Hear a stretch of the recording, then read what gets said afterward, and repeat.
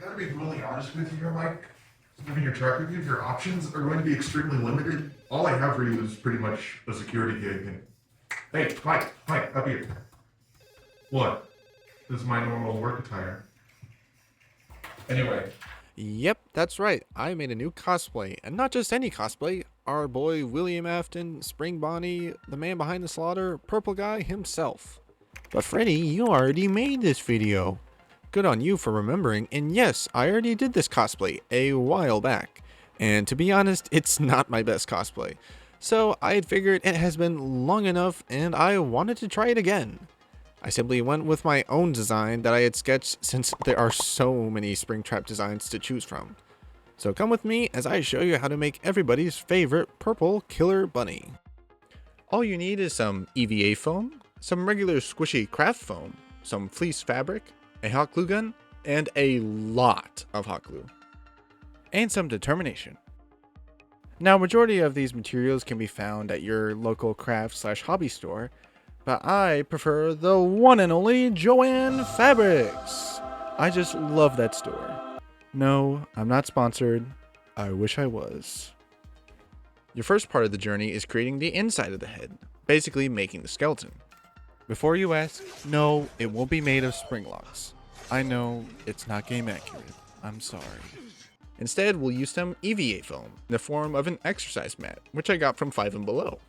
You take the exercise mat and cut it into 1 to 2 inch strips, which will be the foundation of the head. Make sure to use scissors that are strong and sturdy, or use an X-Acto knife. Taking these strips, you whip out the good old hot glue and glue them together. An optional step is to scrape off the bumps on the one side so the hot glue can stick more easily. Finally, you'll need a thick strip for the jaw.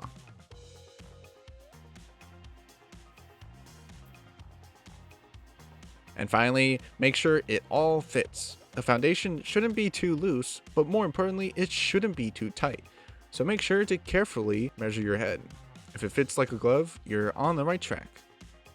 Once we're done with the skeleton, it was onto the skin, or the foam. The specific foam I used was 1/2 inch thick foam, which turned out to work pretty well. Begin with the foam by rolling up the head in the foam like a burrito, making sure to spread hot glue all over the EVA foam, making sure it sticks together. At the end, cut the excess of the foam off, making the foam ends meet on the back of the head.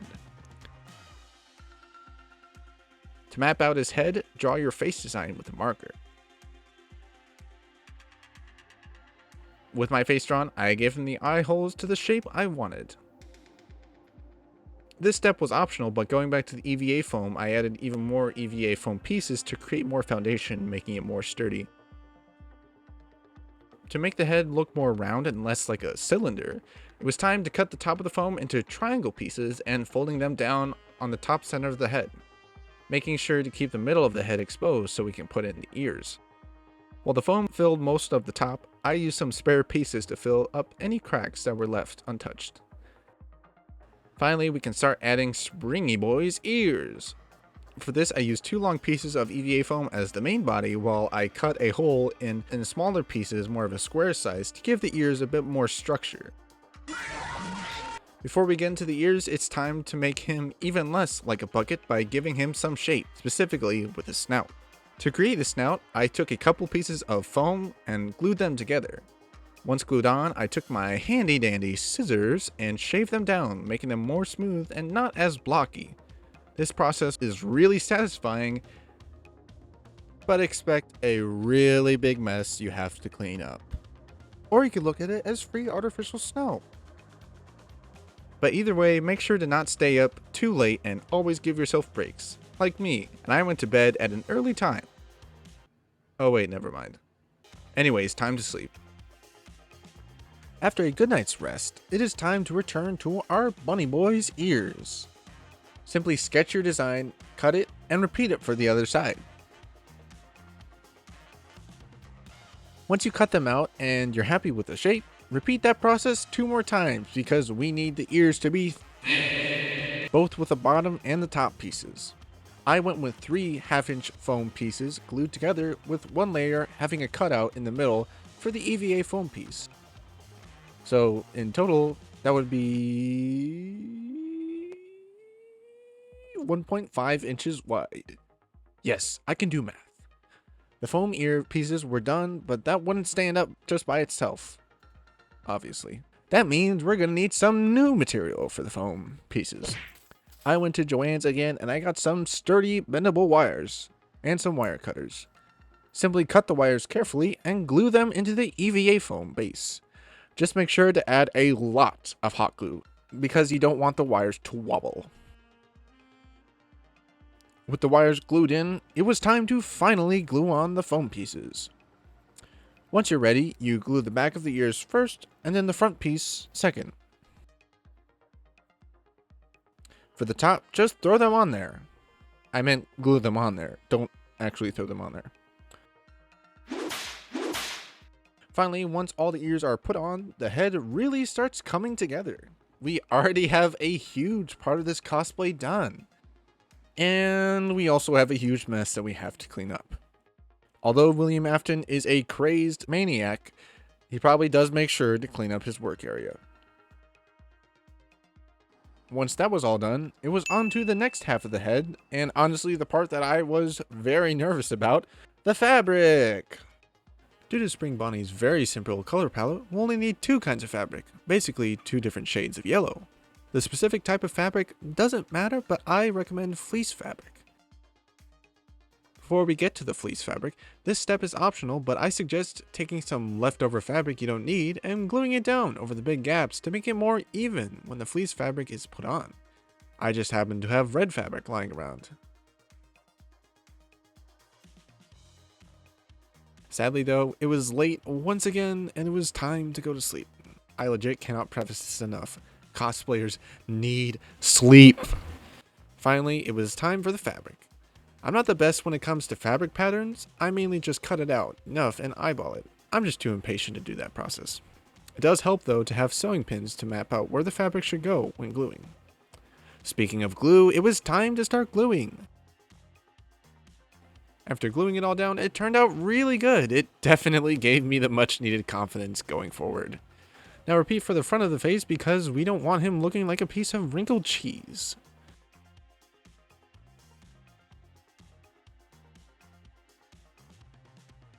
While the front may look amazing, don't forget about the jaw. Once the front was complete, give yourself a pat on the back because we accomplished the most stressful part of the cosplay. At least for me. Now I was really happy with how it looked, but from this angle, it kind of looks like an old man with no teeth.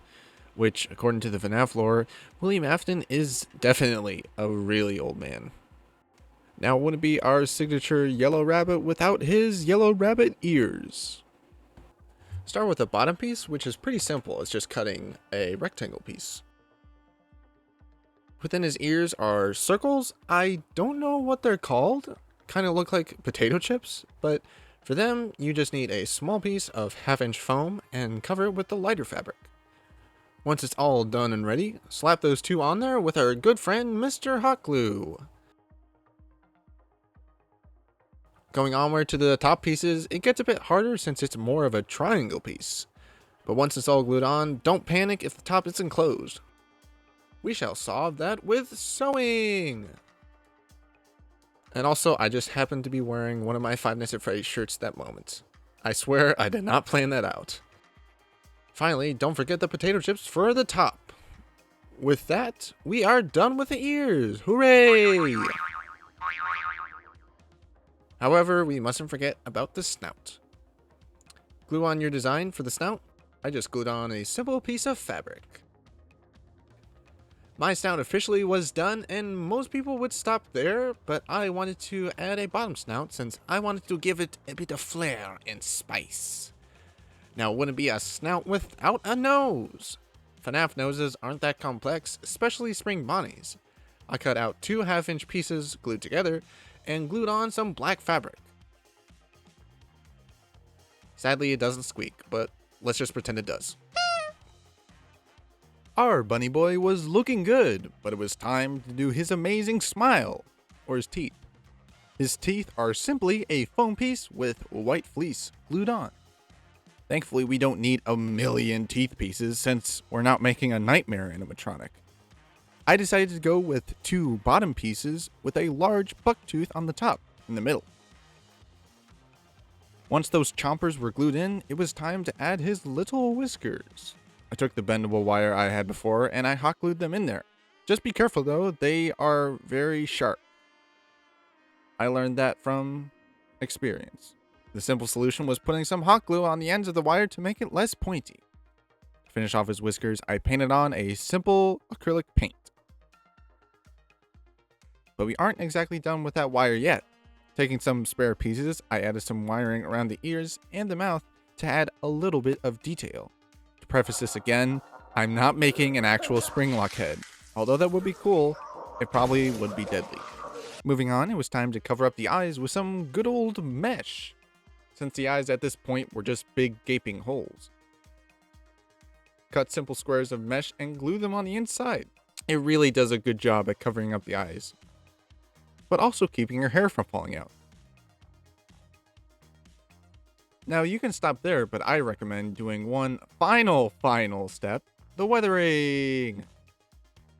My vision was that I wanted to make it look heavily worn and used, like our good pal William has used this many times.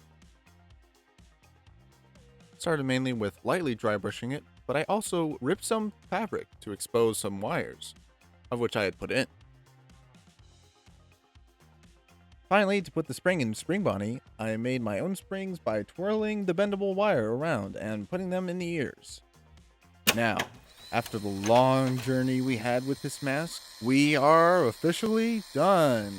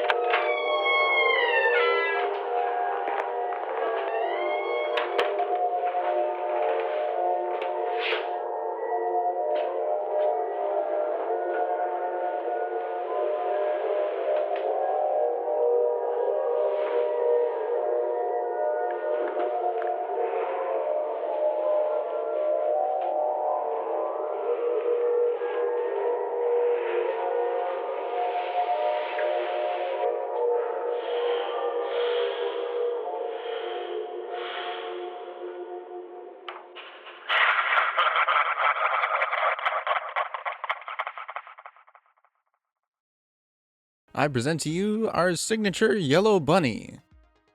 It's been my first time ever that I redid a cosplay of mine, and I am really happy with the improvement that I've made. Although I've had great memories with my old cosplay, I think it was time to do it again. And I'm so happy with how it turned out. As well as this was my first big cosplay that I made away from home in college. So for those who are in college and you're wondering if it's possible to do cosplay, it is! Just make sure to spend your time and money wisely when it comes to materials. Enough with the reminiscing. This cosplay was a blast and I legit can't wait to take it to a con someday. Also shout out to my awesome friend Angel on Instagram for making this awesome Fazbear security badge. Be sure to check out his Etsy if you want to get your own badge. This cosplay was so much fun to make and it felt really amazing to finally do another Five Nights at Freddy's cosplay. I hadn't done one in forever. So just thank you guys for watching and sticking around this long. Yeah, and just always remember, I always come back. Anyway, have a good day.